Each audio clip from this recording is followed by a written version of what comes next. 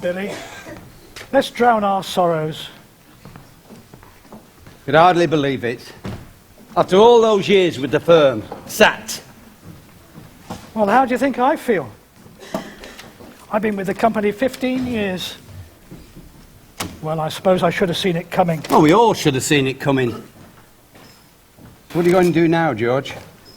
I don't know. It's all been quite a shock. Not going to be easy finding another job at my age. I don't feel ready for the scrap heap just yet. My daughter, Emma, in Australia. She's always writing and asking me to fly over to see her and the family. Now might be a time to do that. I thought of emigrating to Australia once, you know. Tell me that the Australians don't die, they just stay down under. Met one once. Yeah. Not too bright.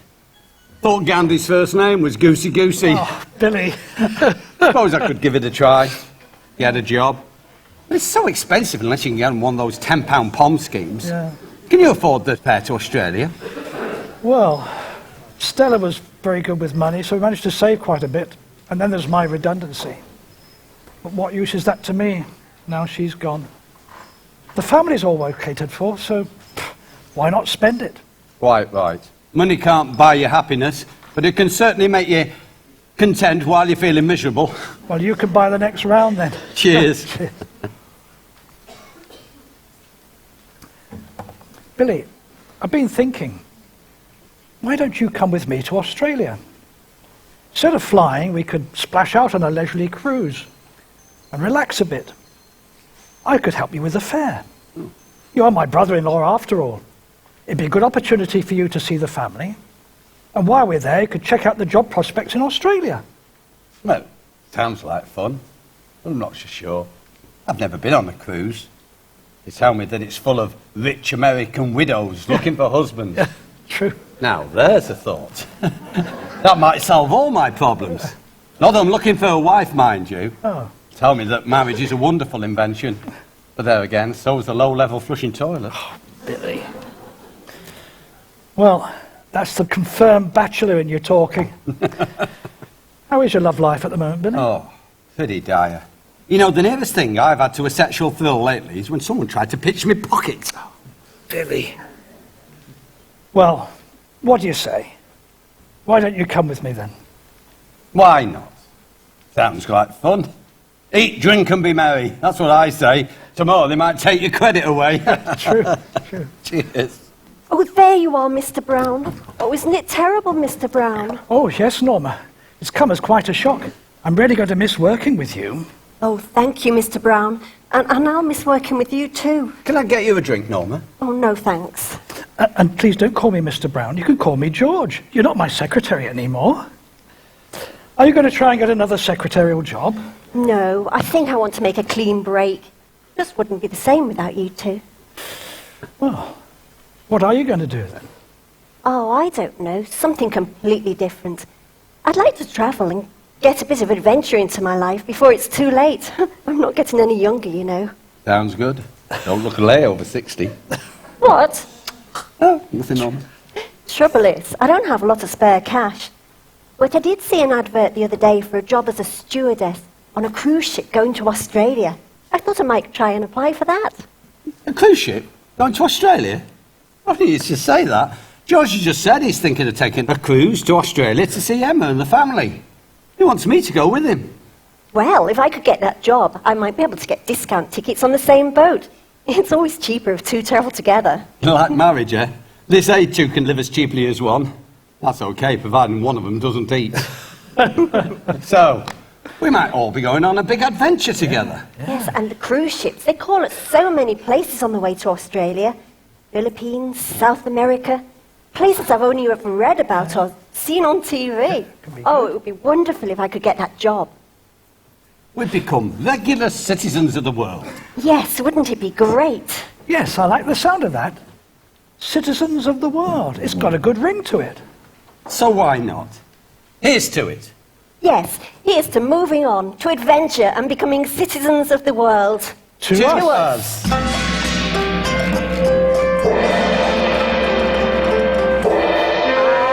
am a citizen of the world. Wave no flag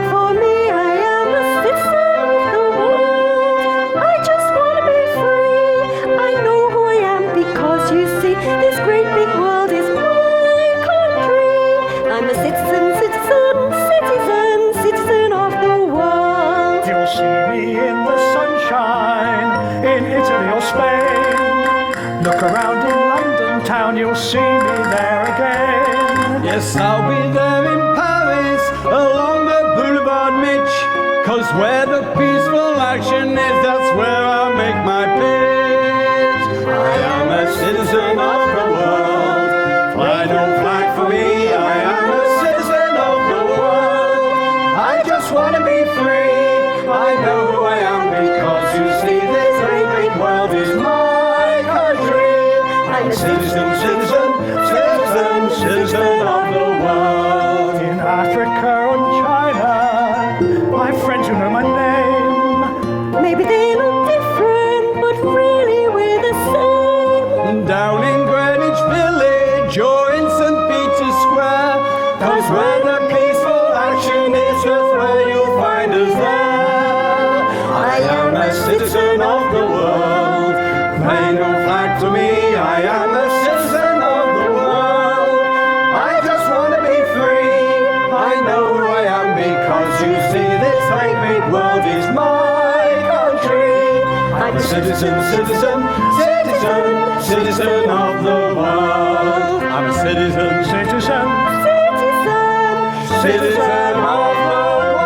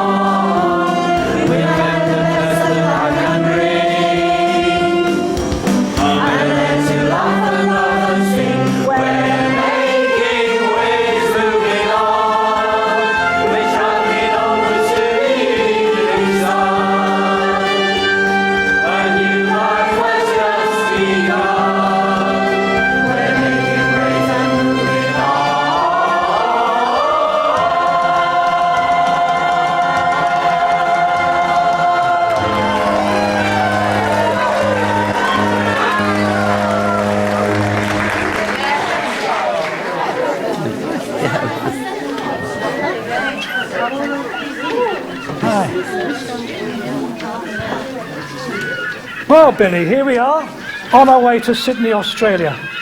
Can you believe it? Hardly, George. Wasn't it great that Norma was able to get us those late tickets? Saved us quite a bit of money. Yeah. Mind you, I must say, the cabin's a bit small. When I put my key in the door, I'm in danger of stabbing the person in the next cabin. True. It's so small, I have to go outside to change my mind. Small, but perfectly formed. Yes. Talking of which, there's some gorgeous girls around here. Really? Hey, catch those two stewardesses behind the bar. I fancy the blonde one. What about you, George? I think I'll try and get to know her better. Well, you be careful, Billy. We men have the habit of choosing the girl with the cute little dimple and ending up with the whole girl. Oh, I will. I like my bachelor state. A bachelor man is a man who only ever makes the same mistake once. A bachelor man is a man who's callous, selfish and undeserving. Who has robbed some worthy woman of a profitable divorce settlement. No, you've heard it. I have. Oh, but I just want to have fun. You're a cynic, Billy. I know you've had some bad times with relationships. You always seem to fall heavily for the wrong sort of girl. True, but I'm only joking. You and my big sister Stella always got along very well. You must miss her even more than I do. Yes, I wish she were here now with me, on our way to see our daughter and the grandchildren. It's irrational, I know, but sometimes I feel angry with her for dying and leaving me. And that feeling of loss comes over me when I'm least expecting it, especially in the evenings. Yes, the evenings are the worst.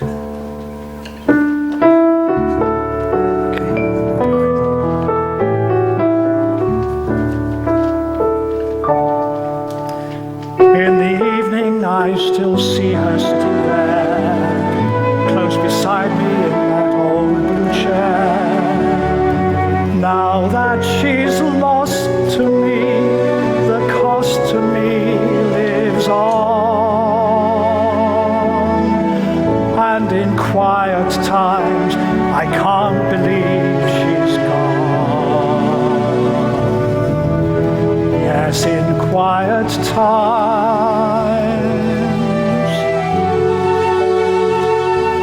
I can't believe she's gone.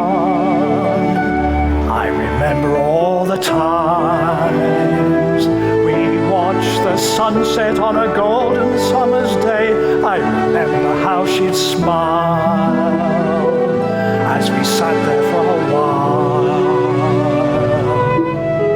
Then in quiet times the memories linger on. Now I try to carry on just as before, live my life as I have always done. But life's not real somehow, now she's no longer here. And in quiet times I can't believe she's gone. Yes, in quiet times I can't believe she's gone. And I think of all the things we did together and the places that we saw, and I feel her close again, just as once we were. And then in quiet times I can't believe she's gone. Yes, in quiet times I hear her voice, and then in quiet times I want her back again. Yes, in quiet times as evening shadows fall, it's in quiet times I miss her most of all. Now it's only happy memories that remain, and they grow fainter as I lose the pain. The sun still shines for me, the stars still keep their place. But in quiet times I still can hear our song. Yes, in quiet times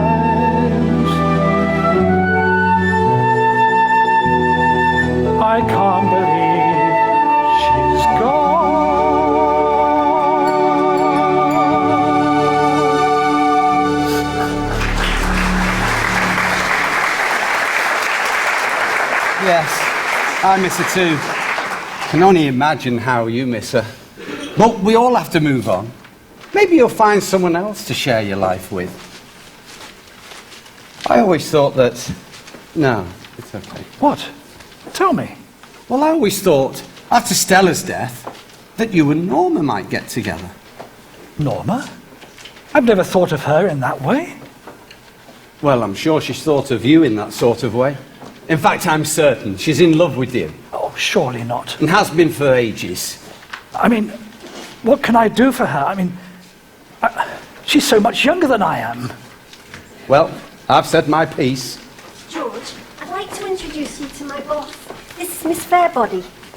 Oh, but everybody calls me Bonnie. That's my stage name, you know. And this is Billy Cocker, George's brother-in-law.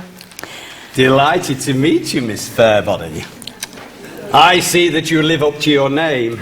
Bonnie, that is. Okay, you've got a bonny name there, Bonnie. Are you Scottish, Mr. Cocker? Oh, no. Oh, a pity. I once played a very successful season in Aberdeen, yes. A number 7 club, I think. Do you know it? Oh, no. Oh. I understand you're an actress, Miss Fairbody. Well, yes, I was on the stage. I've travelled the world, you know. I performed in front of princes and kings and almost all the aristocracy of Europe in my time. That's why I thought that my experiences would be invaluable on a cruise ship like this. And I think I can safely say the captain agrees with me. I'm sure he does. Yes, delightful man, delightful. Unfortunately, a confirmed old bachelor. Bonnie's in charge of all the entertainments on board ship, and I'm helping her. Norma, I was wondering, do you know the blonde lady behind the bar? Oh, that's Cindy. Lovely girl. She's also one of our croupiers, you know. Croupier? What's that? It means she works in the casino, you know, for dealing out the cards and spinning the roulette wheel. And if you win, you tip her. The casino's very popular, but you must be careful. You can lose a lot of money there. That sounds wonderful. I can just imagine myself sitting behind the roulette wheel, all suave and sophisticated, just like James Bond.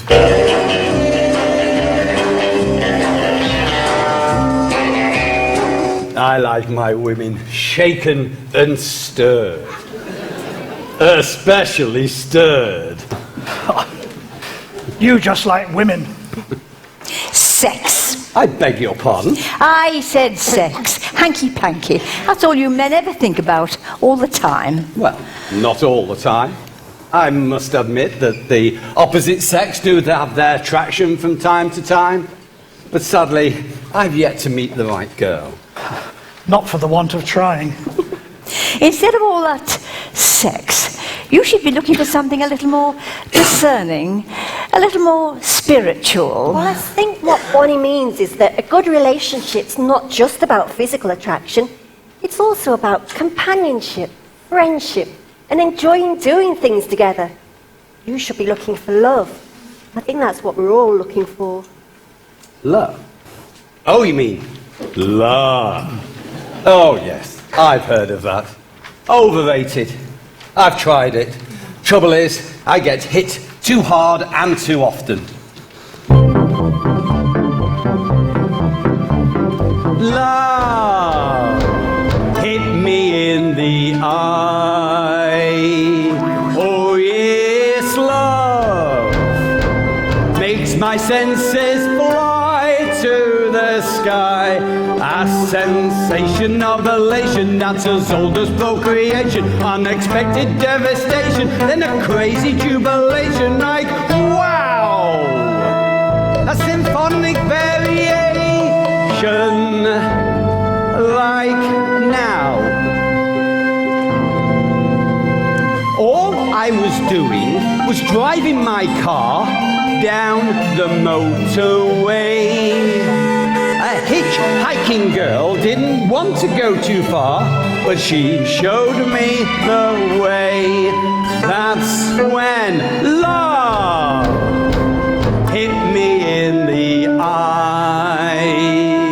Oh yes, love my senses fly to the sky. Now it's not an aberration to extend an invitation for some joint cohabitation. It's a natural inclination. Kapow!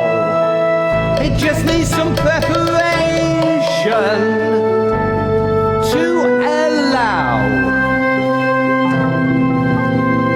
All I was doing was choosing a book at the library.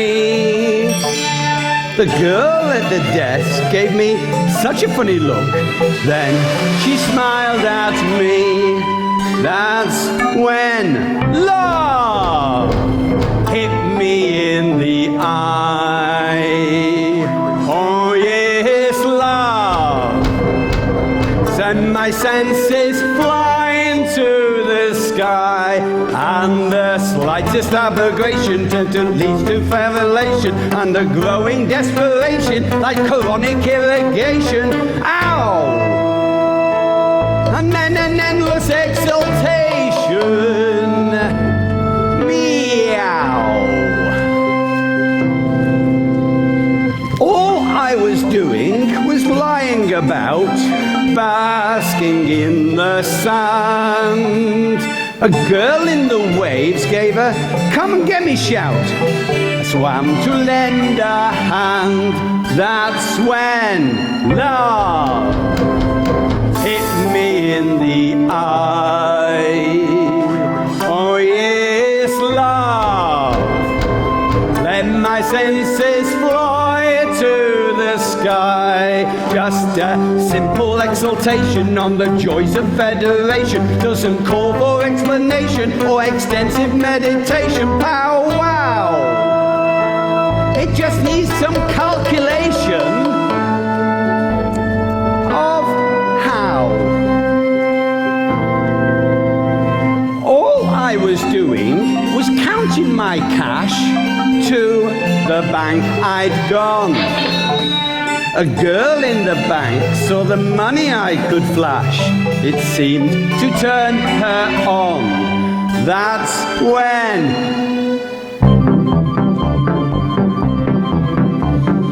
love hit me in the eye. Oh yes, love sent my senses flying to the sky. And despite some reservation, there's a rising expectation that engenders levitation and defies all gravitation right now. And it's an endless fascination, and it's got my appellation. Like how? Oh yeah.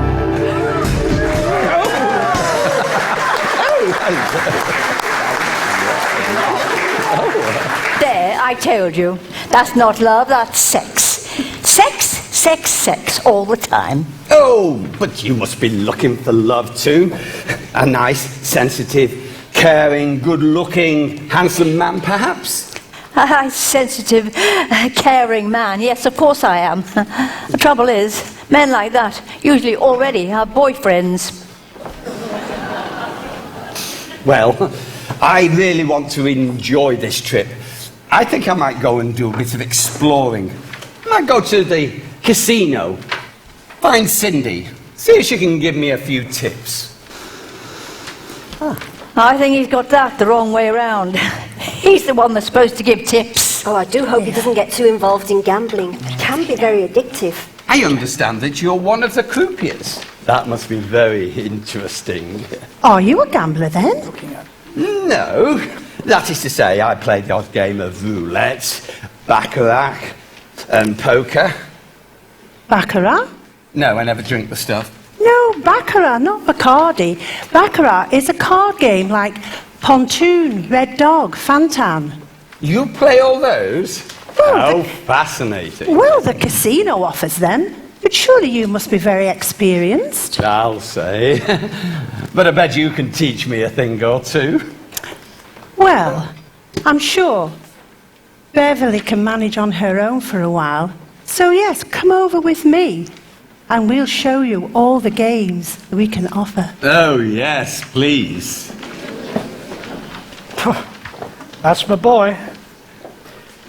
Still, I've got some more unpacking to do. It's not easy with two of us in the same cabin. We have to take it in turns to tie our shoelaces. Anyway, see you later. Bye. My name's Polly. I like going on cruises, you know. You meet such an interesting class of people. I like trying all the different drinks in all the ports we call at, you know. Whiskey's still my favourite. Makes me see double and feel single. Of course, I don't drink to excess, do you? Me? Drink to excess? No, never heard of it. Well, I'll drink anything, if you're buying. I mean, drink a lot. Oh, no. I never ever drink unless I'm either alone or with somebody. I see. I only drink to forget. Oh, that's right. So do I. What is it you're trying to forget? Bless if I can remember. Pair of poor old buffers, aren't we? Not growing old is not nice. Only the other day, one of the waitresses complimented me on my crocodile shoes. Well, that's nice. Would have been, but I was barefoot at the time. Now, you're what I call a gentleman. We have a lot in common, you and I. I think we could be friends. Would you like that?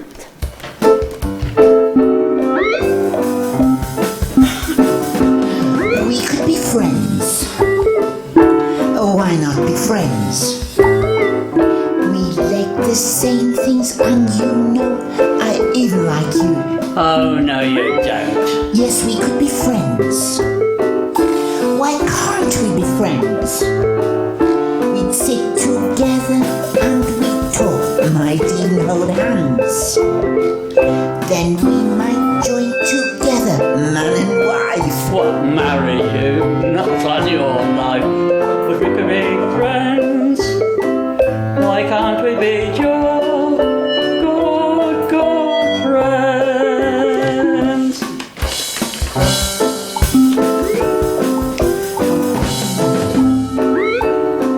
I'd like to have a friend that I could share, instead of sitting lonesome in my chair. I'd like a better life, but I don't want a wife. I'm quite content to lead a bachelor's life. Free and easy, but we could be friends. Can't we be just good friends?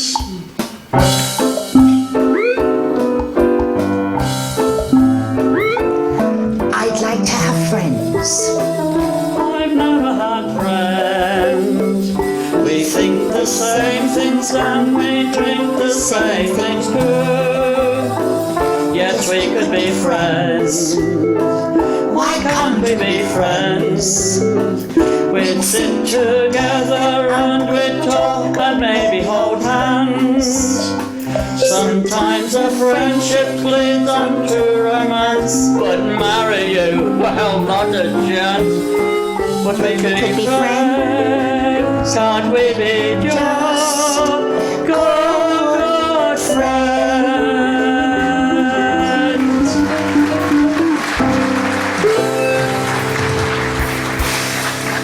I say it's a jolly fine ship of yours, Captain. Oh, that's very kind of you to say so, Sir Roger. She's not mine, you know. I just drive the thing. Take Arnold here. He's the chairman of the board of directors.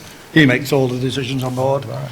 Occasionally, he does get help from other directors, like Dame Maud over here. Yes, and it's not an easy job, I can tell you. Only woman on the board, you know. It's my job to keep the men in check.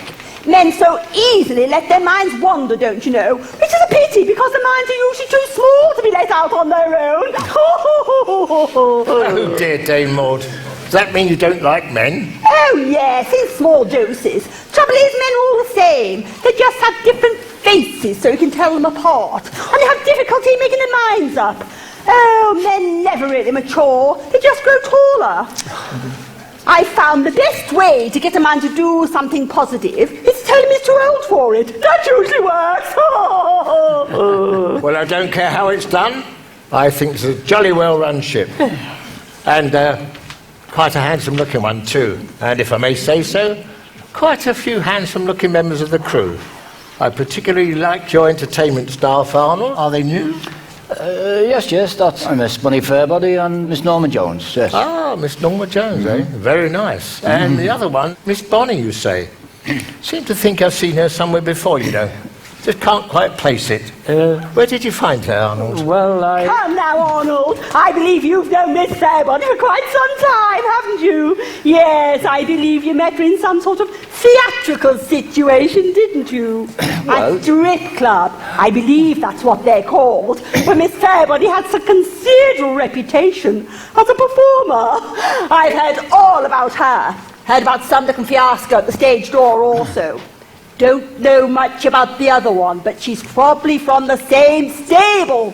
Oh, that's very interesting, Arnold, you old devil. You never told me. I thought I recognised her.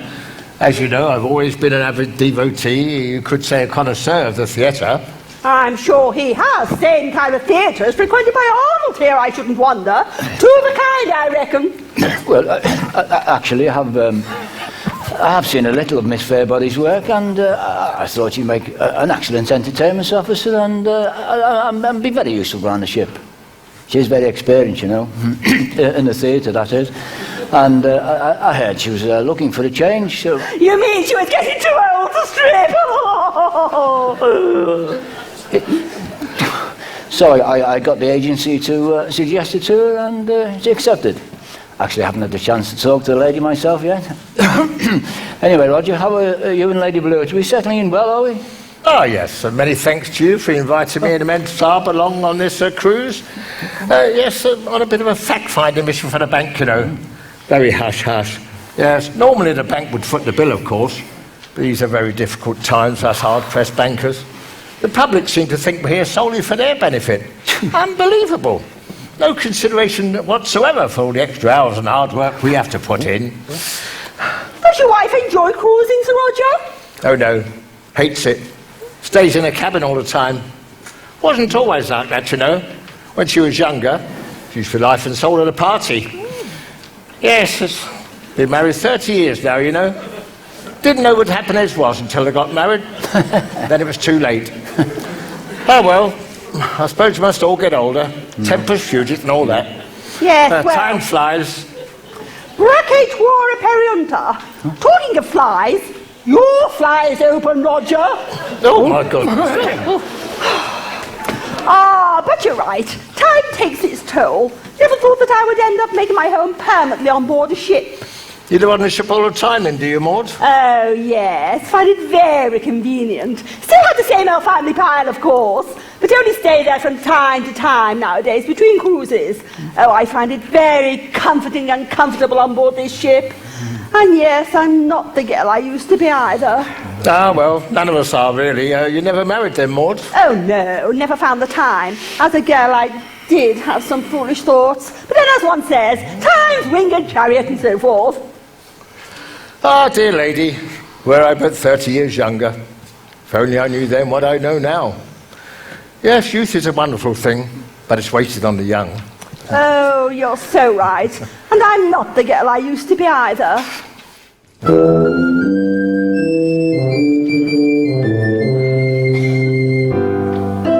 Once my figure was slight, and I could dance away each night. But things have changed a lot in 30 years. I had all I could want. I even dressed like Mary Quant. But things have changed a lot in 30 years. Once I jittered and jibed at the desk. Now I must sit down for a rest. My feet are killing me.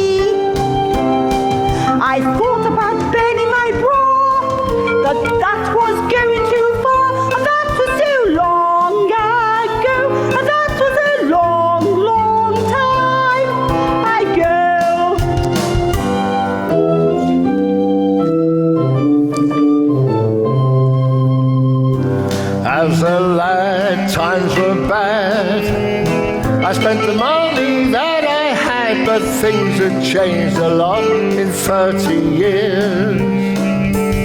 Back home then, take-home pay was only just £2 a day, but things have changed a lot in 30 years. Now I've got money to spare, I could buy up the whole of Mayfair, but I miss the friends I had. Used to play out on the street, and Saturday flicks were a treat, but that was so long ago. That was a long, long time ago.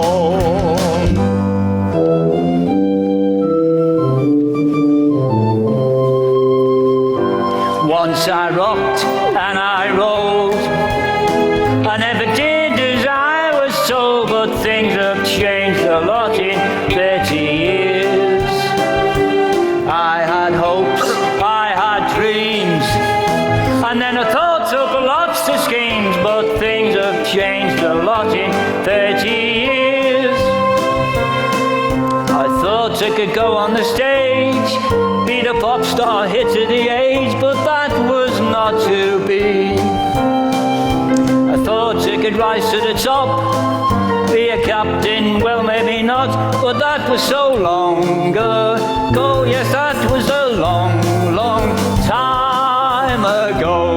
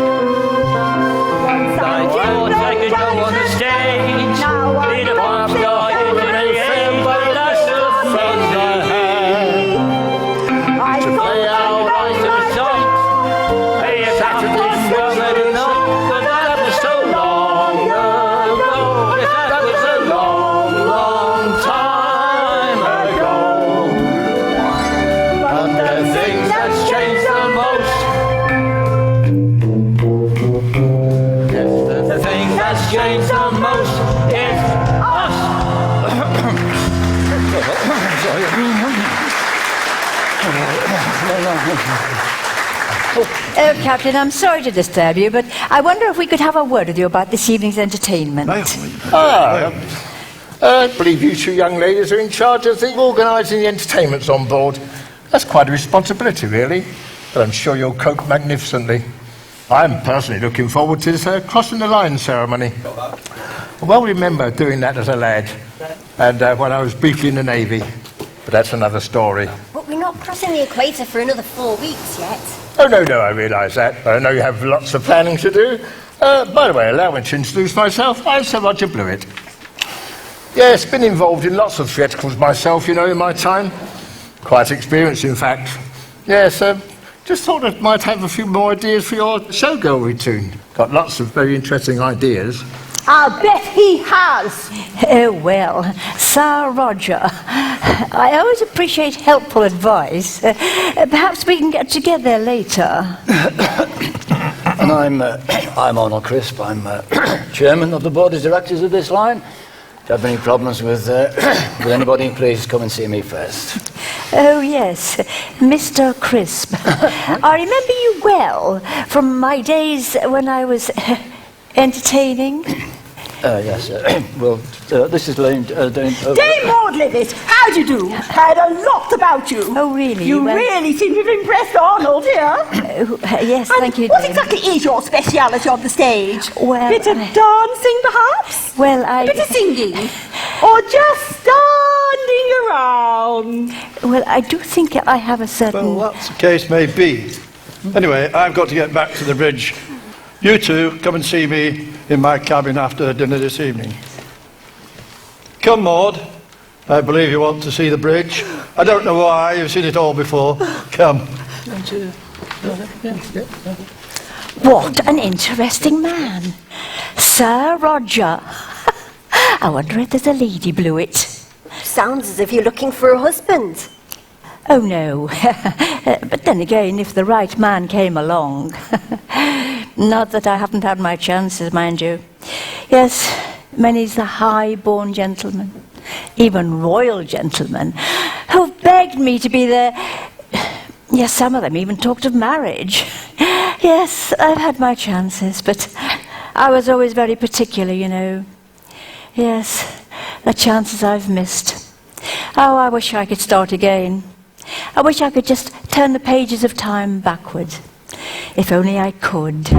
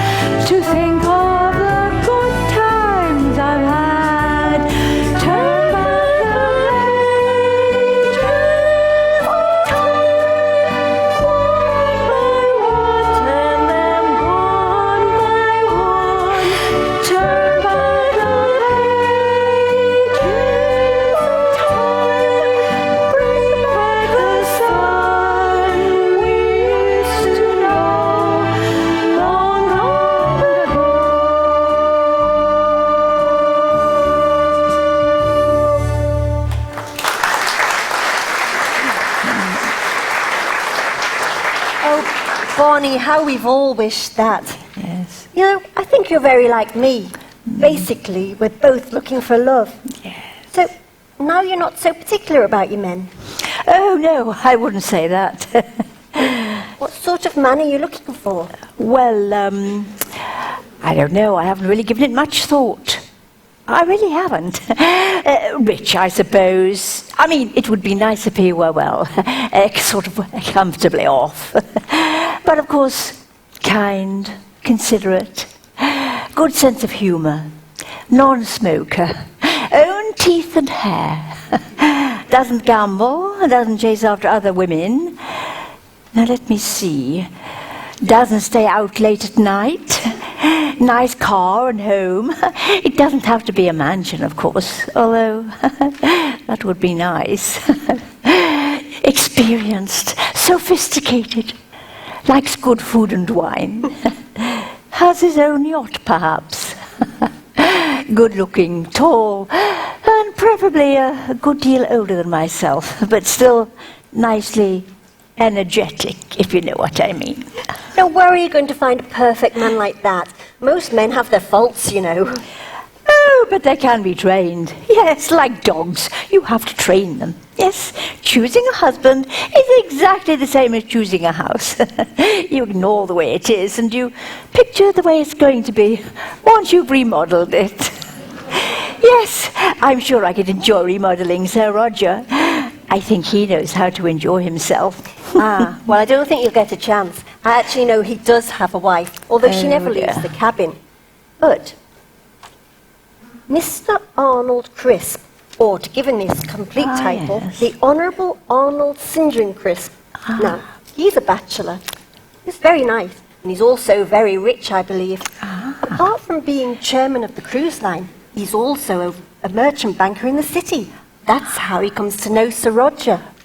Actually, I've heard They're here to secretly negotiate a deal to sell some shares so we can invest in a new musical being produced in London. I think they call people like that angels, don't they? Ah, now that's very interesting.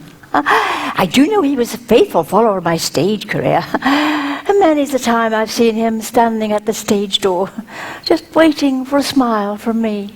Yes, I have a sort of, I don't know what you call it, charisma. I always have had ever since I was a little girl. Yes. I wonder if he has me in mind to star in his new show. He was always very generous, and I believe it was he who recommended me for this job. Now let me see. Arnold St. John Crisp. It's pronounced St. John. Oh, is it? Really? Very interesting. Well, I must make a point of thanking him for recommending me. But what about you, Norma? Have you got a man in tow? No, the man I love isn't really interested. We're close, but only in a professional sort of way. But I'll have to get over it. Quite right. I've always said if your boyfriend walks out, just shut the door. Oh, but he didn't walk out. He doesn't know how I feel. Oh. You mean he's still around? So sorry to interrupt. I think I left my bag. Oh, yes, there it is.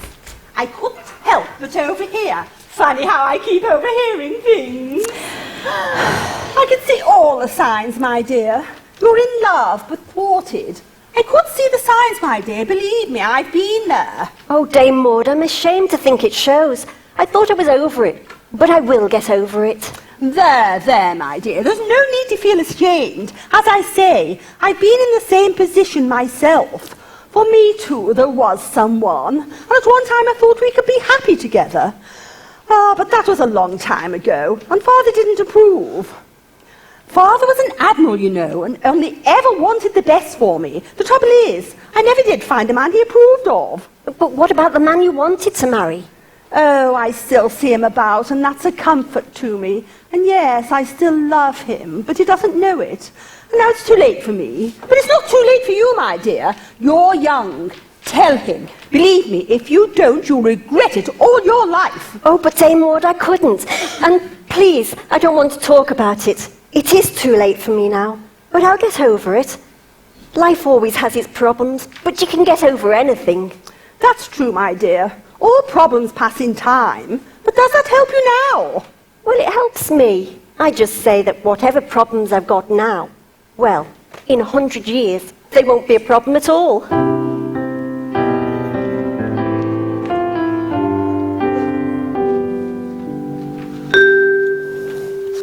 Troubles are always with us, never free us from dark.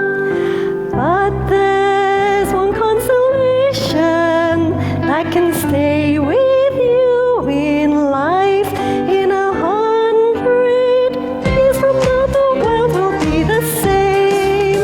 There may be troubles, maybe tears, and maybe pain, but I won't be here to complain, to feel the rain or hear his name. And although the heartbreaks make it hard for me inside, when people stop and people stare, then I just hide. I feel confused, he's hurt my pride. Still it's a wide, wide road we ride, and I'm sure the good times are in front of you tomorrow. And there's no need for me to cry and weep and feel such sorrow, for the world in all its glory gives a golden island story. And the good times are in front of me right now. Just because your life has blown apart, I know that's true. Yet life and hope and love with all I start anew. Still it's the same old world we knew. What can I do? I'll pull through. And although the heartbreaks make it hard for me inside, when people stop and people stare, then I just hide. I feel confused, he's hurt my pride. Still it's a wide, wide road we ride. I'm sure the good times are in front of me tomorrow, and there's no need for me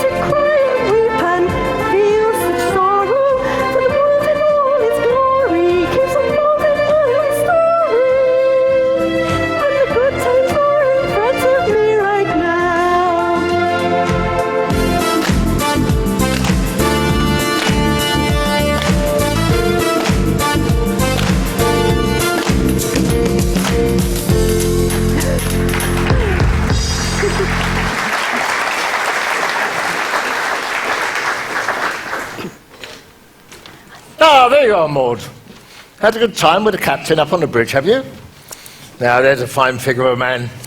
Could never understand why he never got married, you know.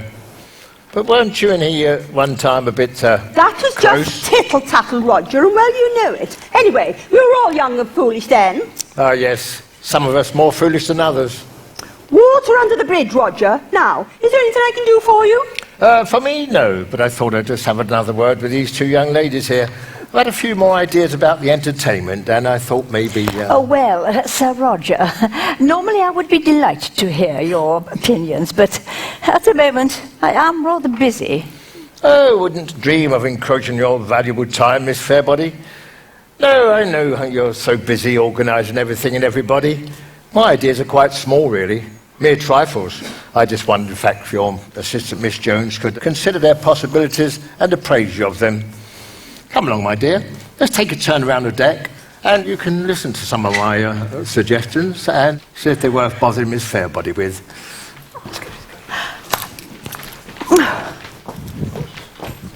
Looks like Norma's got an admirer. The cad. He's older than I am. He's old enough to be a father. Even a grandfather. Well, that's got nothing to do with it. Age has got nothing to do with love. Well, but Norma can't possibly think him in that way, can she? Of course not. But it's got you jealous, hasn't it? What was it you said? I've never thought of her in that sort of way. You said? Well, I think you did. But you didn't allow yourself to realise it. But Norma could do so much better than me. She's so much younger than me. Maybe she doesn't want to do better than you. Anyway, what do you mean? Better than you? You've still got a lot to offer. Tell me, what do you used to feel like when you used to go to work, when you used to see her and talk to her, and so on? Well... And when you went home in the evening, didn't you feel a sense of emptiness come over you? Well, yes, that was normal. And then, when you saw her again, didn't you find a sense of softness coming over you, that kind of tingle? Be honest, George. Don't you find her physically attractive? Don't you find yourself just wanting to hold her, touch her, even kiss her? Oh, Billy, for goodness sake. She was my secretary. I wouldn't allow myself to think of her that way. But she's not your secretary anymore. In fact, she's nobody's secretary, anything anymore at the moment. Well, George, don't let her get away. You'll regret it. I suppose I could, But that's the thing. You need to be positive. Take action. A bit like this boat. Wouldn't get anywhere unless someone took direction and pointed it somewhere. And when it's in the doldrums, like you need to catch hold of that wind. Take advantage of it. Make waves. Move on. Okay. So, George, what are you going to do? Well... Oh dear, I must be losing my touch. I really do have some etchings in my flat in London. And I only suggested... Well, maybe I did go a bit too fast for the poor girl. Gave you the old heave-ho, did she? I could have told you that. Norma's not that kind of girl. Yeah. No, so you say. Apparently not. I just thought that she and Miss Bonnie, as Maud put it, were from the same stable. Obviously not. I haven't had a reaction like that since I was a young man, you know. Ah, yes, that's a beautiful Spanish girl. Yes, I really did seriously fall for her. So she sent you away with a flea in your ear, did she? And not a Spanish one at that. Yes, I really did fall for her. Yes, the most beautiful girl I'd ever seen. Raven black hair, wonderful figure. I saw her, and that was it. All happened in a moment. I'll always remember that exquisite feeling one gets when first starting a relationship and love hits you for the very first time. Ah, the Spanish sun, the music, the flowers, the wine, so intoxicating. Yes, and then I had to go and ruin everything by pushing her too far. I'll always regret that, but I'll always remember.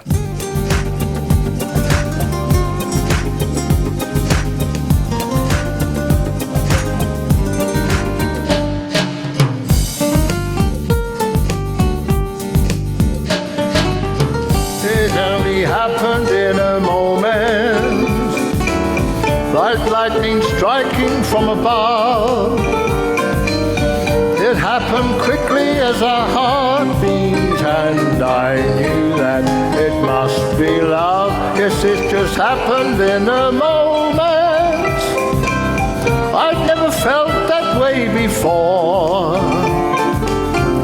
I just knew that with one look in her eyes, I'd realize I found the love that I've been looking for.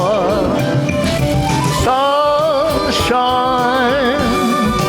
music and flowers,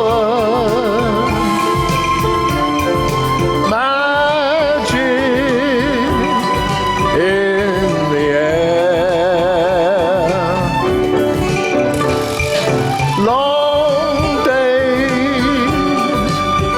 of laughter, love and fun. Never again now she went away. She left and took away the sun.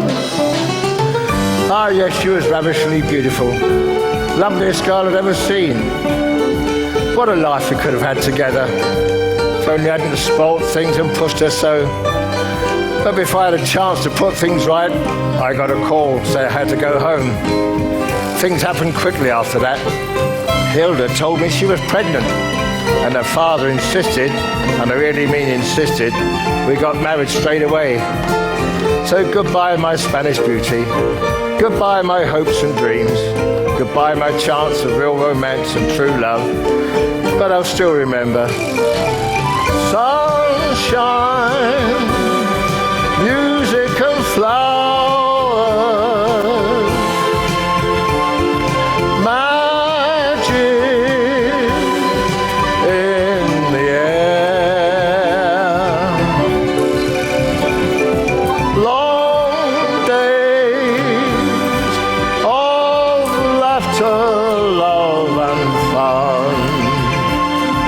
Never again now she went away. She left and took away the sun. She left and took away the sun. She left and took away the sun.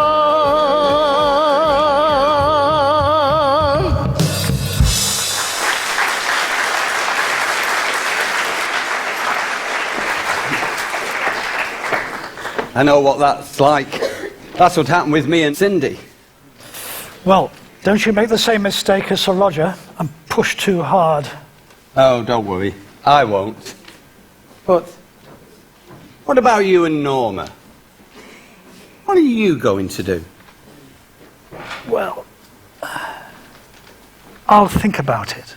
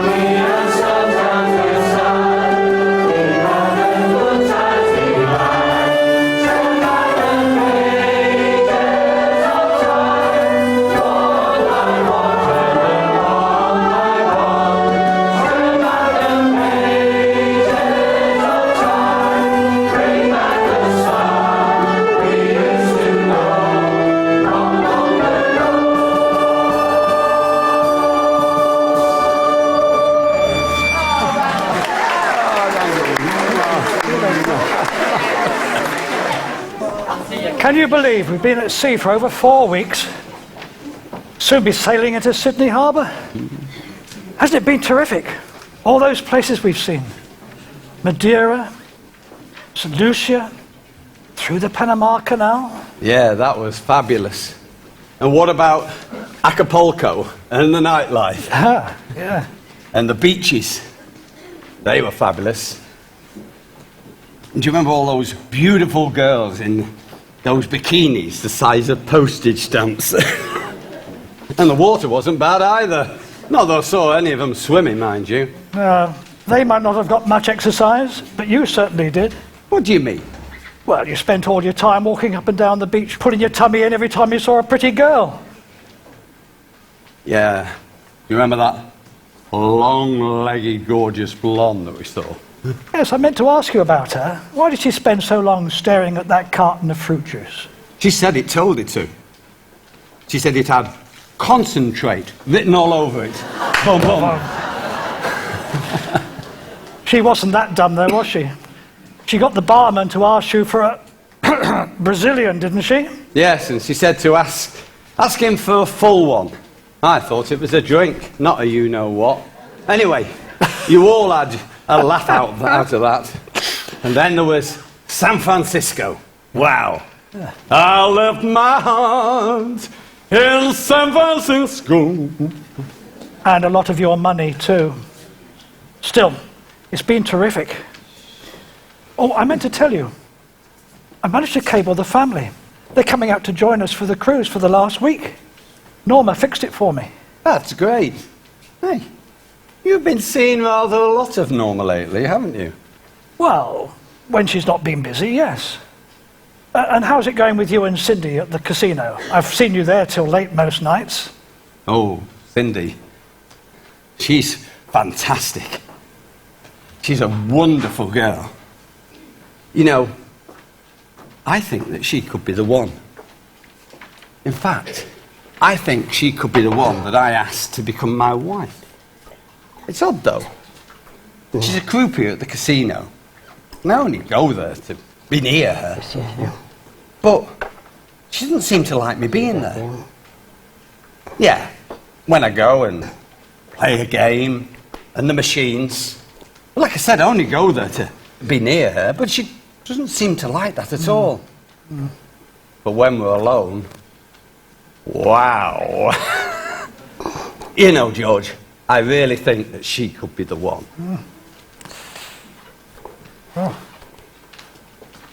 Ah, Bev. Yes? You're Cindy's best friend. Yes. Do you think if I, popped the question, she'd say yes? Well, Cindy's crazy about you, but she's had bad experience before, so have I. And she'll not get involved with a compulsive gambler. Oh, I'm not addicted. Nah. I bet I can stop any time I want to. I know I could. I only go there to be near her. Well, Cindy thinks you're becoming addicted. You should check on how much money you've lost so far. Well, I must admit that things have not been going too well. Terrific at first. I opened an account with the casino, and it was great. Well, I must admit, things have gone off a bit. But my luck will change. I'll get it back. My luck will change. If only Cindy will marry me. Luck doesn't come into it. The casino isn't run on luck, and the house always wins in the end. You sound as though you've had experience of that, Bev. Well, I have. I was a similar situation to Cindy, and I was due to be married, but my fiancé, he got so far in debt that he just ran off, he disappeared. I've not seen a hair from him since. That's terrible, Bev. I'm sorry to hear that. I know, well, I get over it. You always do. Yeah. And there's always hope.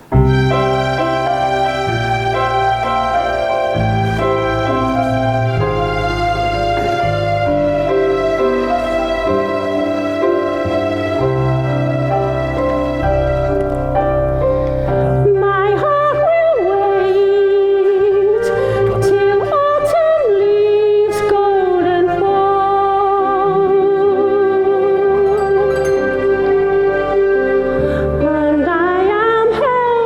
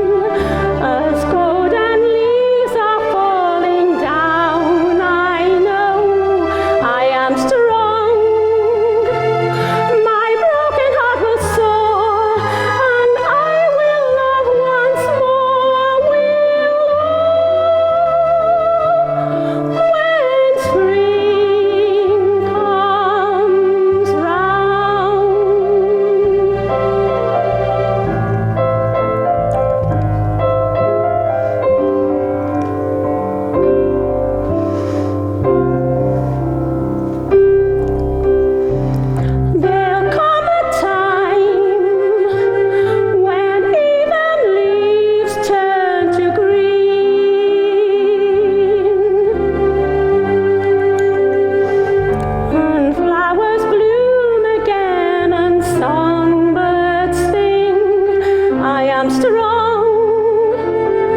My broken heart will know, and I will grow.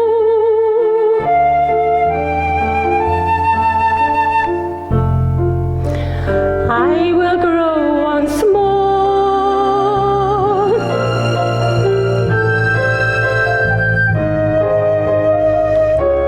Gentle touches on my face, love's wanting stroke that silken folds, till I am held in love's embrace once more.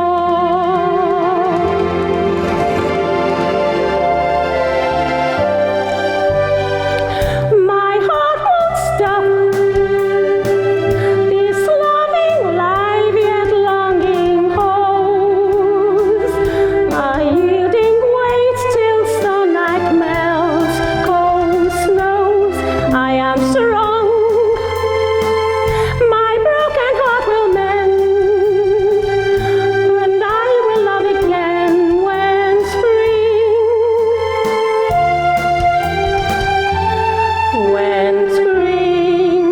comes round once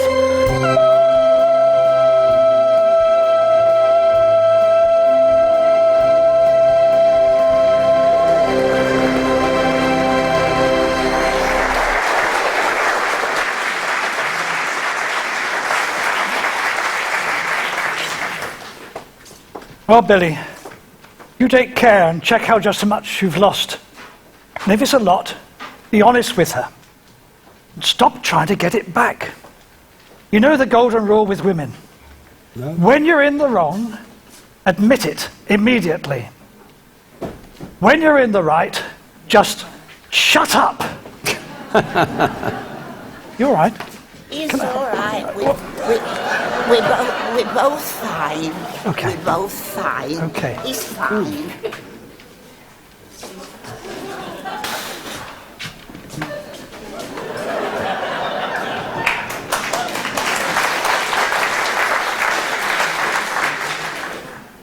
Oh, I do hope you and Cindy hit it off together. You make a great pair. Anyway, tonight's the night. We've got that crossing the line ceremony. Yes, I know. But I'm not sure what it's all about. Well, let it come as a surprise then. Why, do you know? Well, I haven't actually crossed the equator before, but Norma's been telling me what they're planning for tonight. Go on, tell me. No. Norma, you'll tell me, won't you? Tell you what, Billy? What this crossing of the line ceremony is all about. Oh, you'll like it. You're going to be groomed and dressed up and made to look gorgeous by two beautiful maidens. That sounds rather good. Oh, it is. But look, I've got a lot to organise before the ceremony. Well, I think I'll just go to the casino and try my luck. At the roulette wheel? Yes, and with Cindy. You know, I might even just pop the question. You know, Norma, I'm getting really worried about Billy. He's out of his depth with this gambling, and he's fallen hard for Cindy. Cindy's a lovely girl, but she's also very sensible. She wouldn't tolerate anyone who was addicted to gambling. She's seen it all too often before. They say a fool and his money are soon parted. Yes, I've heard that. But really, the interesting question is, how a fool and his money got together in the first place? Maybe you're right. Anyway, I'll see you later. Yes. Bye.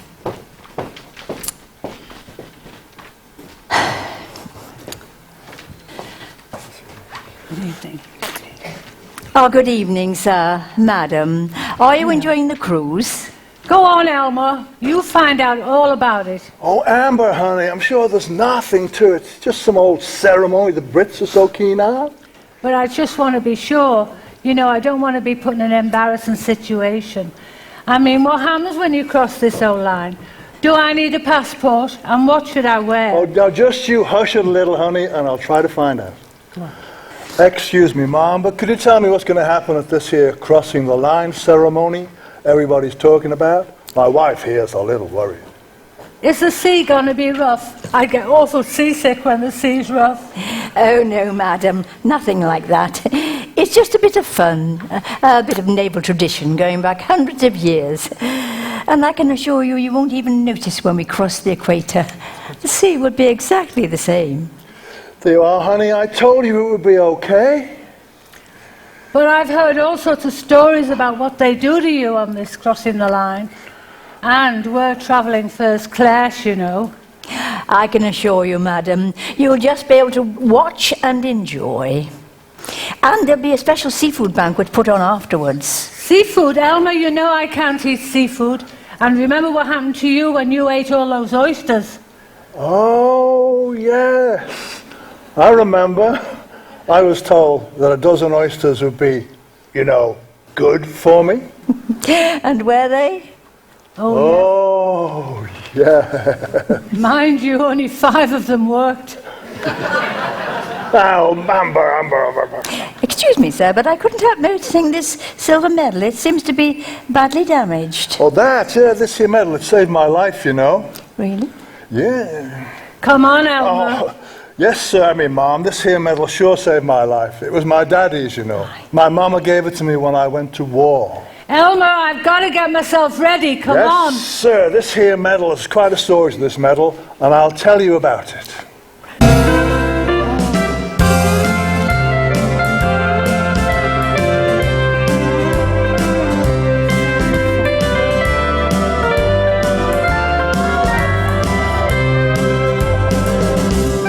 I've a little silver medal that my mom gave me to wear. And on it, there's a picture and a simple little prayer. It's battered and it's tarnished, but to me it's fine and rare. That little silver medal, it goes with me everywhere.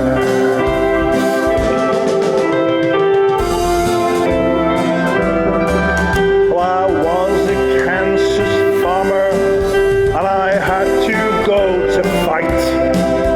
My mom, she cried a little, but she said, "You're in the right. So you must do your duty. It's a call you can't ignore, but you take this silver medal. It's the one your father wore."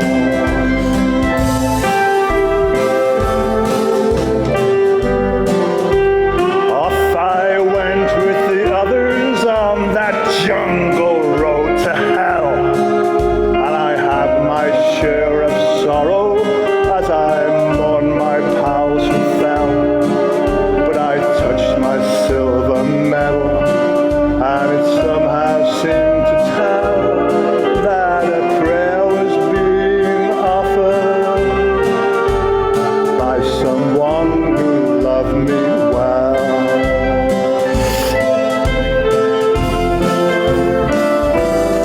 Well, we went off on that steamy day, and we had met this attack, and suddenly the enemy was firing at our back. I touched my silver medal as I heard the rifle crack, and I felt the bullet hit me, and then everything went black.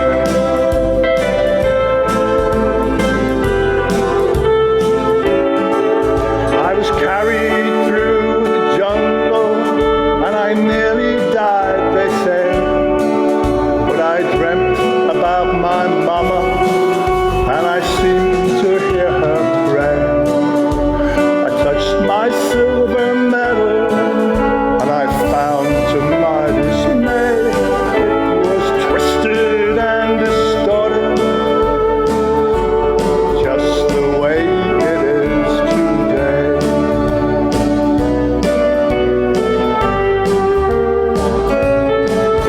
Now I've the silver medal that my mom gave me to wear. It was battered by a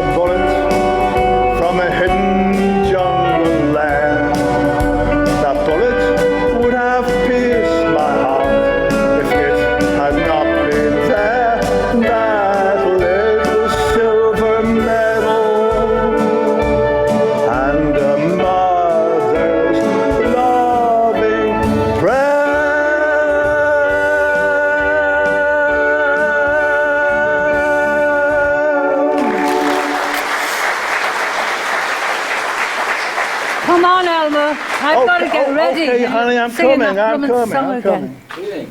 Good evening. Yes, sir. Enjoying the trip? Yeah. Good. Ah, how nice to see you, Mr. Crisp. Do you know, I've never really been able to thank you properly for recommending me for this job. Oh, not at all, Miss Fairbairn. Oh, You know, Bonnie, oh, please do call me Bonnie. That's my professional name, you know. Oh, yes, silly me, of course you know. I've often seen you at my performances. Well, you obviously appreciate the theatrical experience. Well, yes, I have seen him a few times. And you were very naughty one time, I remember. Ah, yes, very naughty indeed. I came off stage to find a box with a beautiful diamond bracelet inside. Actually, I was so flattered. Actually, that package. Now, you see, my niece. Oh, she helped you to choose it, did she? Well, I must say she has excellent taste. And as I say, Mr. Crisp, or may I call you Arnold? As I say, Arnold, I've never really been able to thank you properly. Well, my pleasure, Miss. Oh, Bonnie. Oh, you must call me Bonnie. Yes, it was then that I realised just how much you appreciated my performance. Well, you did perform very, very well, but... Arnold, I do many things very well. And I'd really like the opportunity to show you all that I can do. Would you like that? Oh, well, very much. You see, I do feel a strong connection to you. A kind of closeness. What with the diamond bracelet and all. And I saw the way you looked at me on stage. Oh, I'm sure we could be really very good for one another. I think we could make beautiful music together. Would you like that? Well, yes, perhaps we could arrange something, yes. Oh, wonderful. I do feel I have a magnetic personality, you know. And I've always felt that I have a certain charisma on stage. Oh, my singing, my dancing, my acting, my on-stage presence. How many people have commented on it. Now, Arnold, a little bird has told me of your plans to finance a new musical in the West End. And if you were to give me the chance to prove myself, oh, I'm sure I could become a real star of the musical theatre. Oh, what do you say? You see... Ah, there you are. Now, I want you to get this deck absolutely spotless in time for the tonight's performance. Make sure you do a good job, mind. Put your backs into it. I'll be back later to check. Come, Arnold. I want to hear all about you and your plans. Oh, you must lead a fascinating life. Oh, thank goodness she's gone. Right little dictator, that one is. And no better than she ought to be, so I've heard. You can say that again. But then no different to all the shenanigans that go on this boat every night of the week. You should talk. You've been having it off with the second mate, so are you, yeah? Oh, but I had to. You see, the first night we left Southampton, he told me he liked me. Oh, did he now? That's nice, isn't it? Yes, and the second night he said he was madly in love with me. Blimey. The third night, he followed me to my cabin and said he couldn't live without me. Well, what did you do then? Sure, I did what any respectable and well-brought-up girl would do. I wouldn't let him in, and I told him I wasn't interested. So that was the end of it then? Well, no. You see, on the fourth night, he came to my cabin and said if I didn't let him make love to me, he would scuttle the ship and drown all the 2,000 passengers and the 500 crew. Oh, that's terrible. That's terrible. So what did you do then? Oh, sure, on that night. Didn't I save 2,500 lives? Oh, I wish my old man was so keen. Oh, doesn't he? You know, doesn't he? Not so's you notice. He says I'm flat-chested. cheeky blighter said to me, "Dunno why you bother to wear a bra. You ain't got nothing to put in it." Well, I told him I did. I said, "You can flipping talk. You wear underpants, don't you?" Well, do you know what? My old man's exactly the same. He's always moaning. He said to me only the other night, "Hey, what you do with all that housekeeping money I give you?" So I says to him, "Look in the mirror and turn sideways." Mind you, very athletic, you know. Oh, does he like sport? Oh yeah, he watches the footy on the telly every night. Yeah. Did I tell you, my old man reckons I've put on weight since we was married.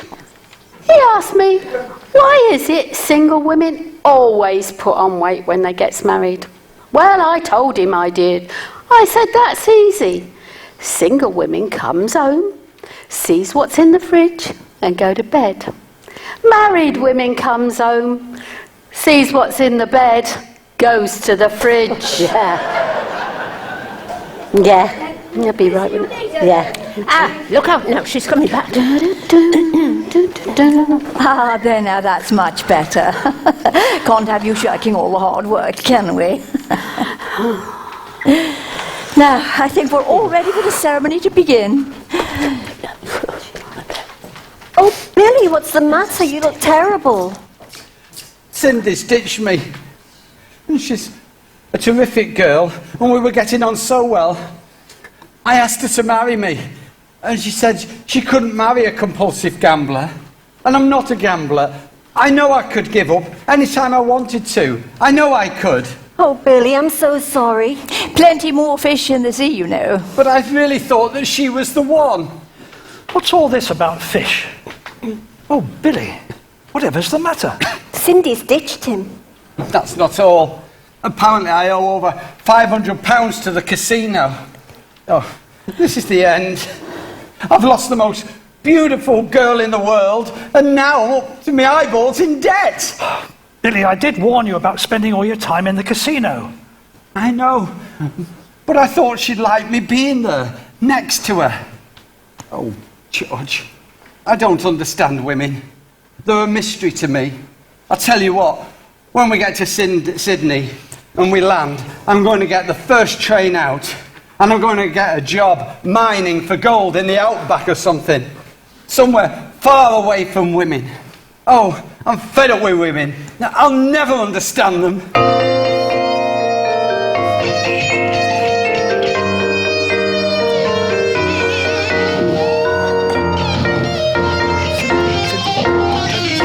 Girl, you've made all the rules, and now you've just said we're through.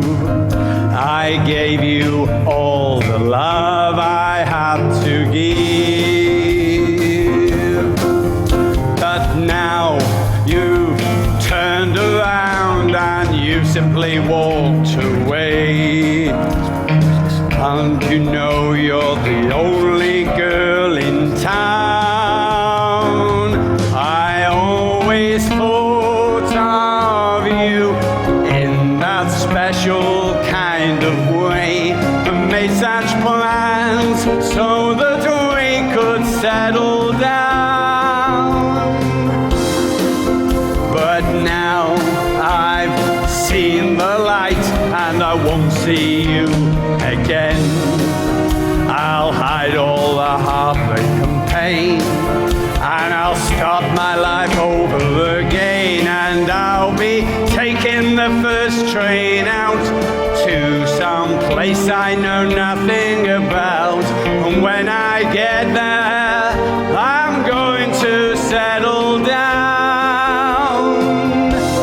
Oh, there must be a place somewhere where I can find someone to share my life and all the love I have to spare. Oh, my life and all the love I have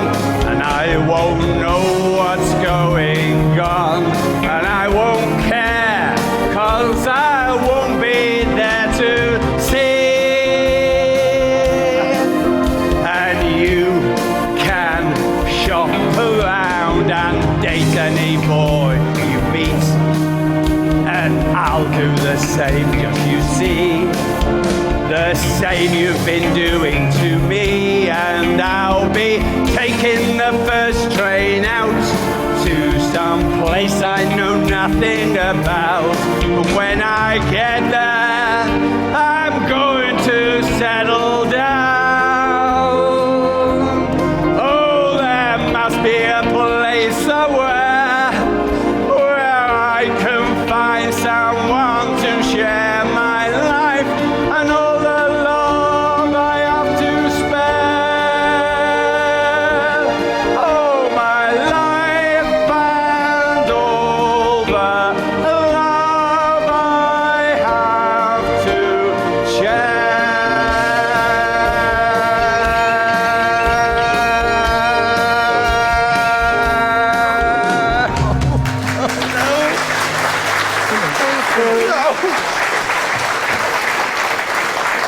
Well, and I thought I was theatrical. Poor Billy. Yes, he's never been very successful in his relationships. I never know whether he chooses the wrong girl or manages the relationship badly. But he'll come round. He's not going to miss seeing the family. And whatever he says, he couldn't possibly not like women anymore. No, he's emotional. And he's not as confident as he makes out to be. Bit like me. Like you. But I always thought you were very confident and quite unemotional. No, not really. I feel quite insecure sometimes with women around. And I find that I can't manage to... Well, Stella found you attractive. Yes, but that was a long time ago.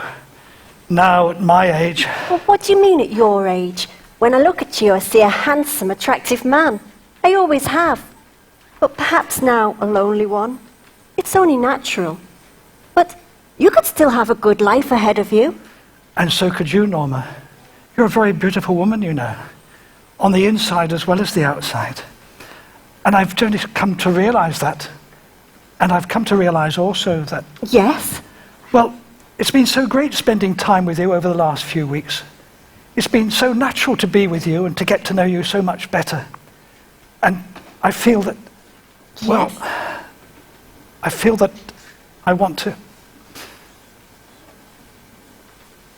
feel... it's coming on. I'd like to get to know you so much better. Oh, George, yes, I'll marry you.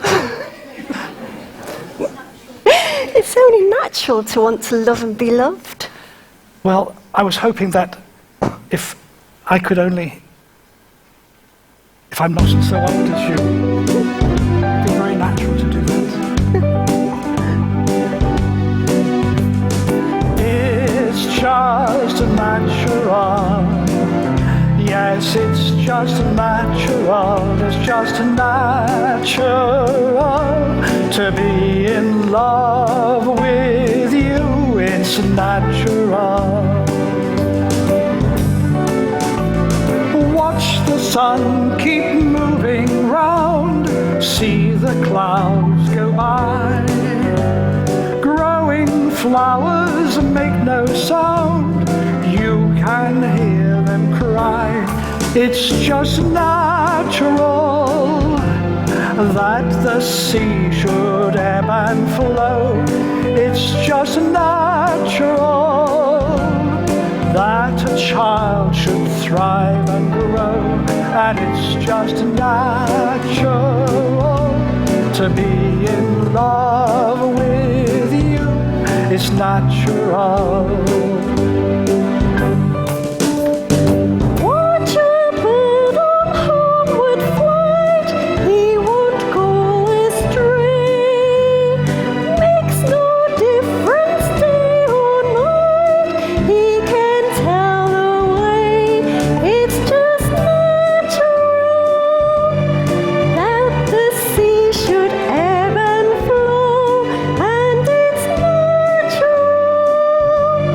That the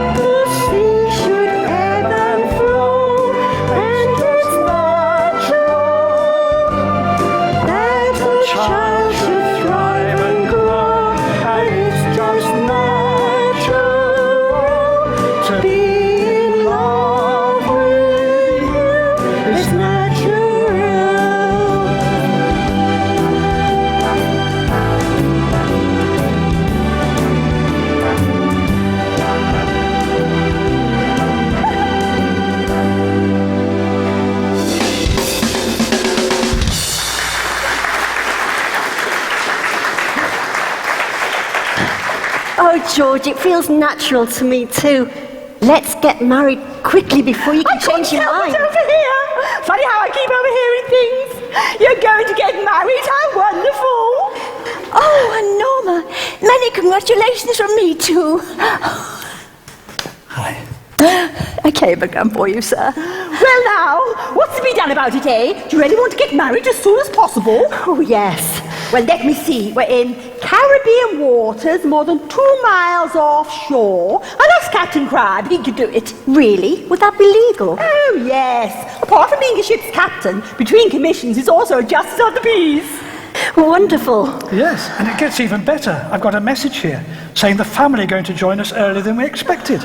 In fact, they'll be here any moment now. They'll be here for our wedding ceremony. Oh, come on, George, let's get ready. Yes.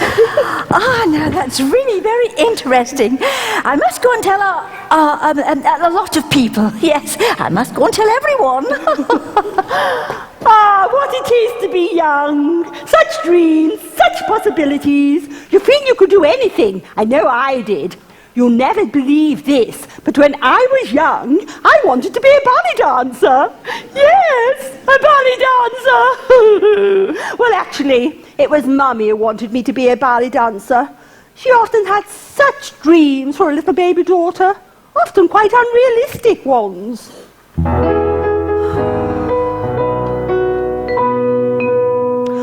All Mother ever wanted was to have a baby girl. Sweet and petite, with tiny feet, and hair that she could curl. A ballet dancer, light and airy, is what she hoped I'd be. But she could not quite disguise. Just imagine her surprise when the midwife presented her with me. 'Cause I grew too big for the ballet. When born, I was really quite small. But with chips and chocolate puddings, in no time I was 4 feet tall. But it wasn't just the height that mattered. I'd also filled out to the side, so that by the age of 7, I was also 4 feet wide.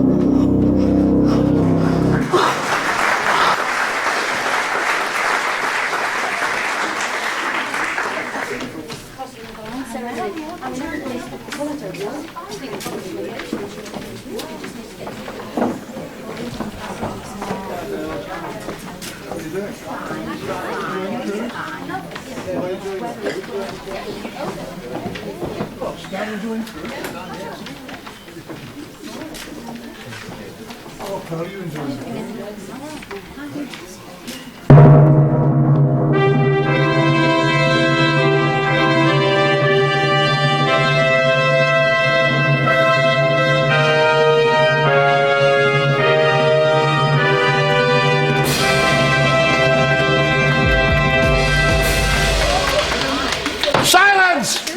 Let the court of King Neptune commence. Let all my trusty shellbacks bring all pollywogs forward. Hey, what's going on? Silence! Sit before me and pay homage.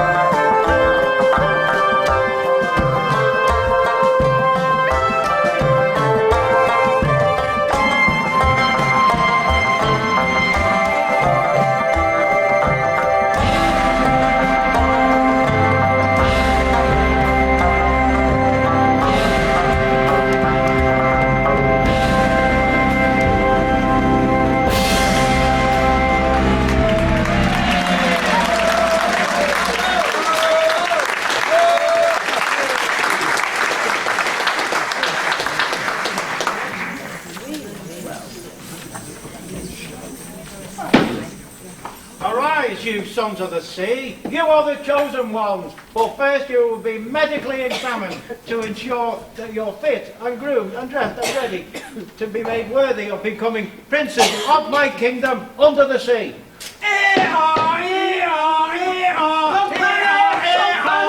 Don't panic, everybody! Don't panic! Oh, look at this lot here. Sit down, you're making the place look untidy. Hello, everybody.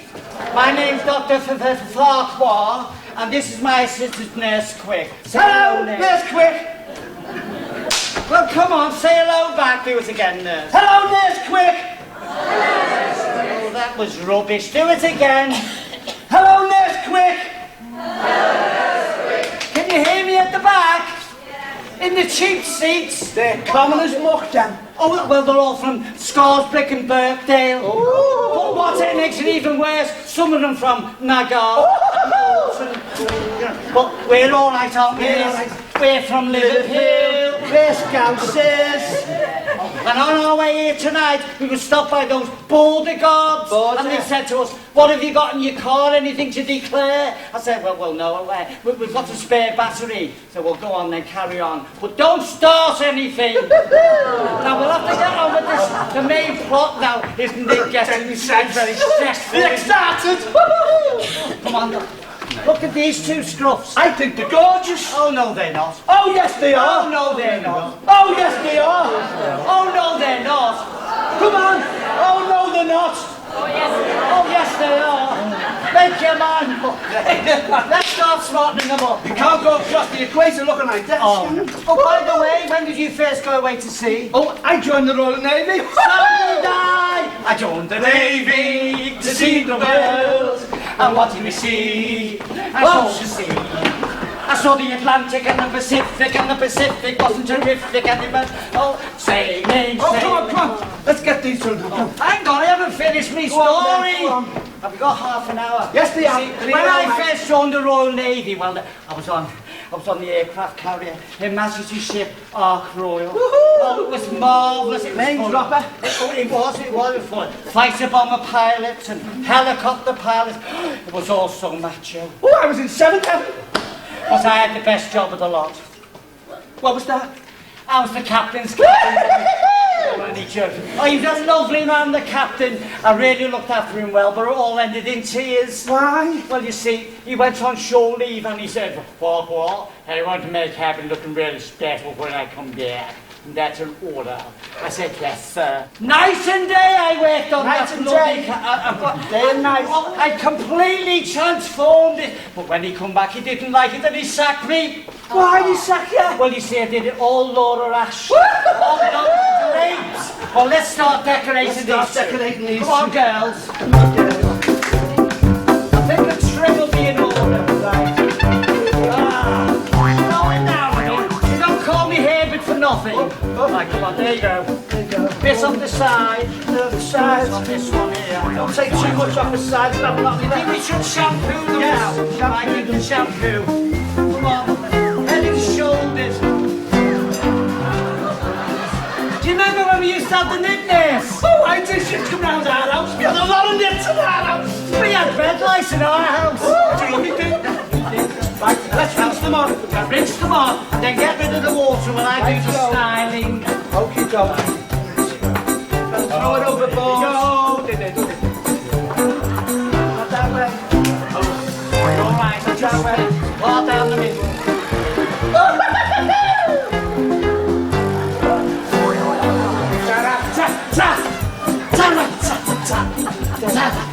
All right now, Fit.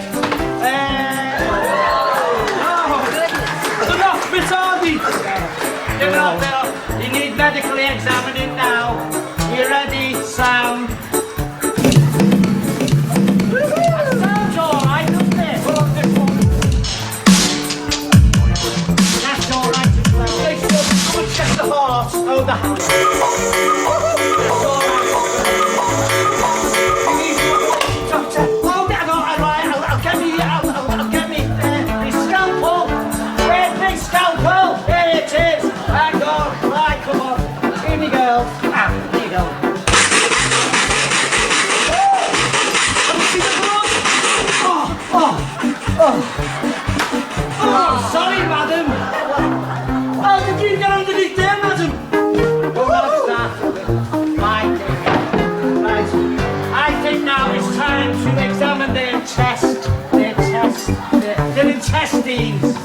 thought you were going to say something else. Bloody bit out full of horse meat. Horse meat. Let's swap. Right, the clock, David. Check the time. Come on. Check the time. What do you think? Check the time. I think our time is up, ladies and gentlemen. Bye, everybody. Bye, bye, everybody. What's the name of the doctor?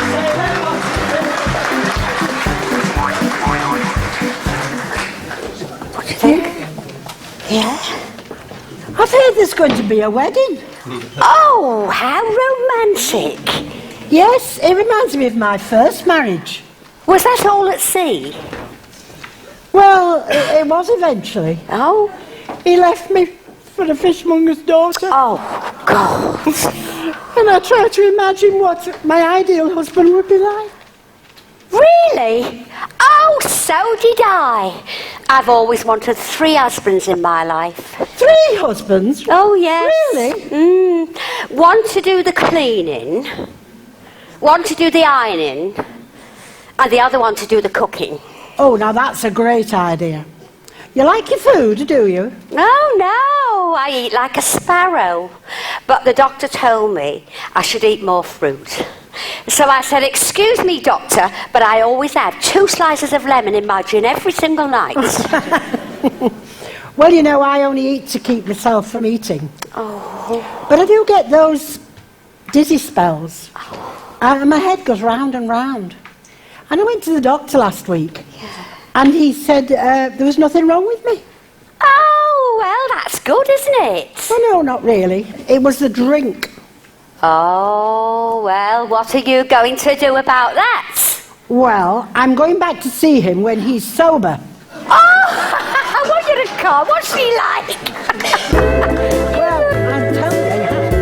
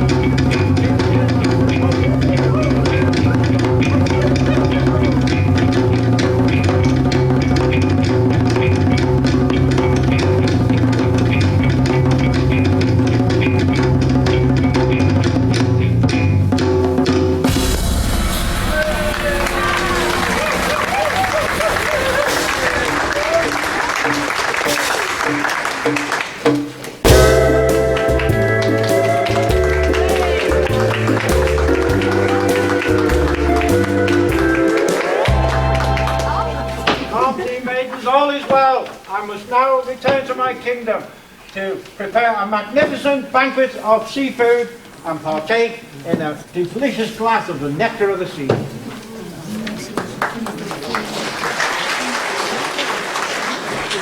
Oh, Roger, there you are. Oh, Hilda, my dear, what are you doing here? You never leave your cabin. I know, it's this wretched seasickness. But today, I've made an exception. Maud told me about the wedding, and I can't possibly miss that. No, I suppose not, but... No buts. Weddings aboard sea are so romantic. It reminds me of our wedding. Our wedding? We've never married at sea, my dear. No, but it was rather rushed, and I didn't have a chance to savour the moment. That was because of your father, of course. He did insist on a quick wedding. Oh, yes. Because of your condition. Yes, well... Oh, what a fool never mind about that. I want to make this really special, and I would like to sing the Apache wedding song for them, so that they can really have a good day. And I learnt it when I was in Arizona, you know. Arizona? I didn't know you'd ever been to Arizona. Oh, that's another thing I should... Well, never mind about that then, dear. Yes, it was probably about 6 months before we married, I expect. Oh, what a fool I was. Yes. I think there's going to be a foreign wedding. Really? Oh, gosh. My wedding was sort of foreign. It was in Barnsley. Oh, yes. So romantic. And practical, too. I don't believe in long engagements either. Arnold, darling, I've decided not to keep you in suspense any longer. I know how you feel about me, how you felt about me for such a long time as well. And it's just not fair of me to keep you hanging on and tantalizing you. Yes, Arnold, darling, I will marry you. I mean, that diamond bracelet, such an expensive present. Roger, you've got to get me out of this mess. That bracelet was intended for my niece, as you jolly well know. But I'm sorry, old bean. I did warn you. You should have come clean and told the truth when you had the chance. Too late now. If you don't marry her now, she'll sue you for breach of promise. That will take you for everything you've got. I know the situation only too well. But look on the bright side, old boy. Things not that bad. She's not bad looking. Got a nice pair of legs. Could be a bit of hot stuff too, I imagine, if you know what I mean. Besides, it's time you took yourself a wife and settled down. She'll be good for you, you know. At your age, you need someone to keep you on the straight and narrow. Oh, Arnold, you do want to marry me, don't you? Well, I don't like you, but... Oh, yes, I knew it. And now is the perfect opportunity. The captain can marry us at the same time as George and Norma. Now, let me see. Yes, it just so happens I have a diamond ring and a little band of gold handy. You can buy me a proper wedding ring and a real diamond ring and bracelet when we get back to London. But that bracelet, they are real diamonds. Real diamonds?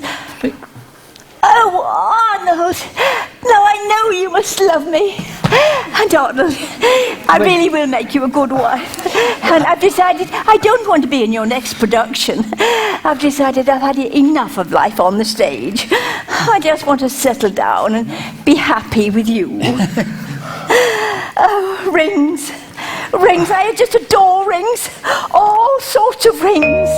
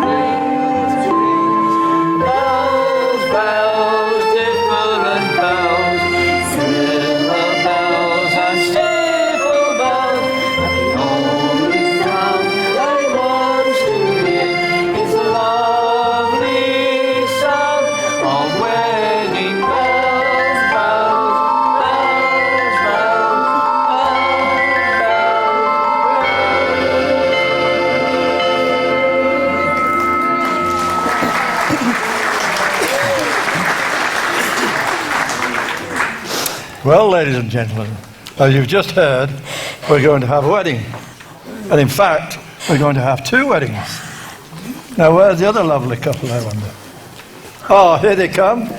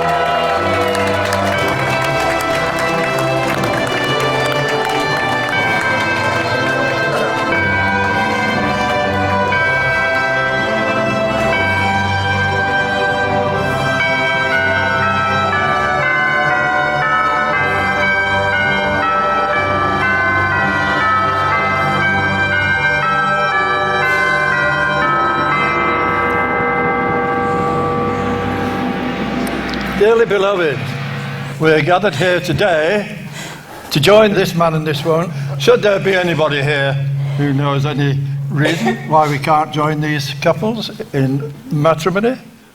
Speak now or forever hold your peace.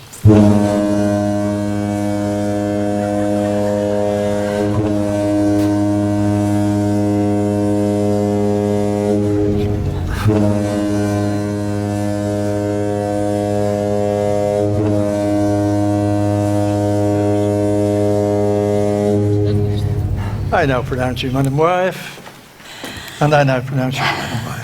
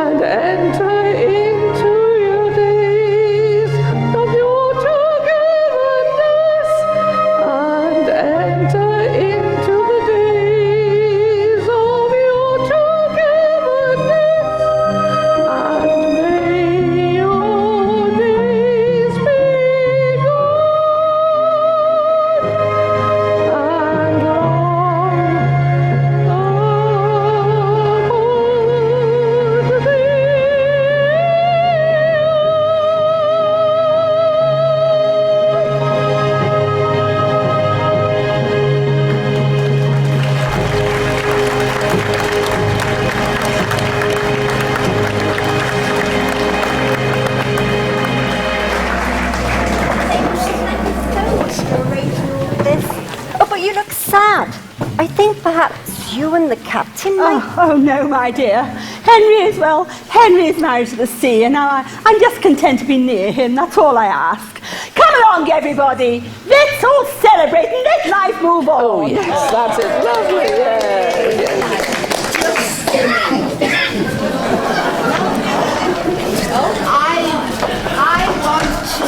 I want to raise a toast to to the happy couple. So do I. Oh, she's a jolly good fellow. Oh, she's a jolly good fellow. Listen, I want to give the happy couples some advice from one who knows. It is important to keep romance in your marriage. My husband and I did. We used to go out twice a week to romantic candlelit dinners. Nothing costly. He went Monday and Thursday, and I right while marriage was about, he picked me up bodily. Yes, he did, and carried me over the threshold. I always managed to get back in. And always let the man make the big decisions. I did. My husband decided when we should go into the common market. He also decided whether we should stick with the pound or opt for the euro.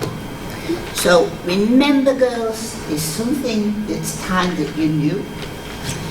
From today, the grooms will be known as the captains, and the girls will be known as the crew. Thanks for that!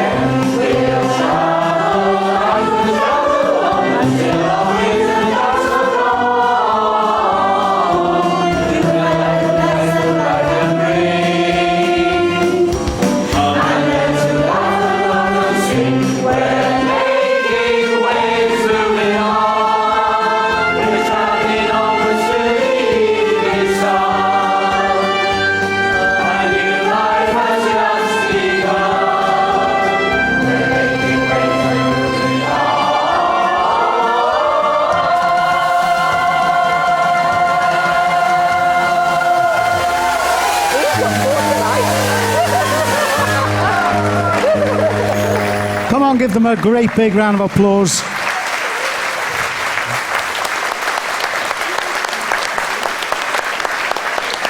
The Aughton and Ormskirk U3A was created just 10 years ago, And two of our cast members weren't even thought of then, Caitlin and Katie. Give them a little round of applause as well. Thank you.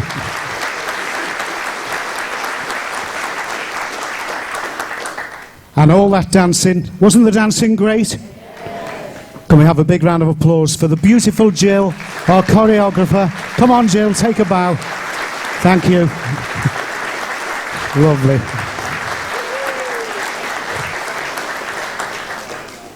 There's a little lady hiding behind here, and her name's Judy, and she's the prompt. Virtually redundant tonight. And our stage manager, that's Les.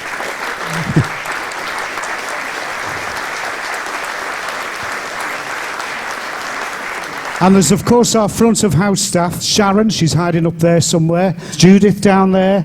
And there's Wynne. All the people who sold you tickets and programmes. What about the tea and coffee as well? Big round of applause for the tea and coffee girls. There's a young gentleman hiding over there, right by that piano. Stick a spotlight on him. That's our Malcolm. And there's, of course, the sound and light boys there up at the back there, Matt and Alistair. Now, all this music you've heard tonight, and all the dialogue, everything, was all put together by one brilliant man who's a member of the RU3A. Big round of applause, let's hear it, for Tony Crimlis.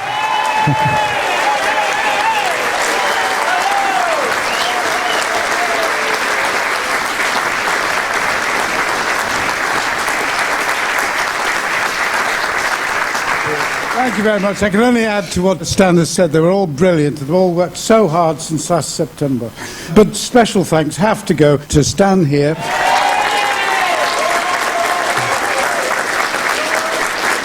He's not only directed the show and kept everybody very happy and very calm, but he's also the leader of the group. So he's had a lot of extra work to do with tickets and booking and all the other things. So many thanks, Stan. You've been great.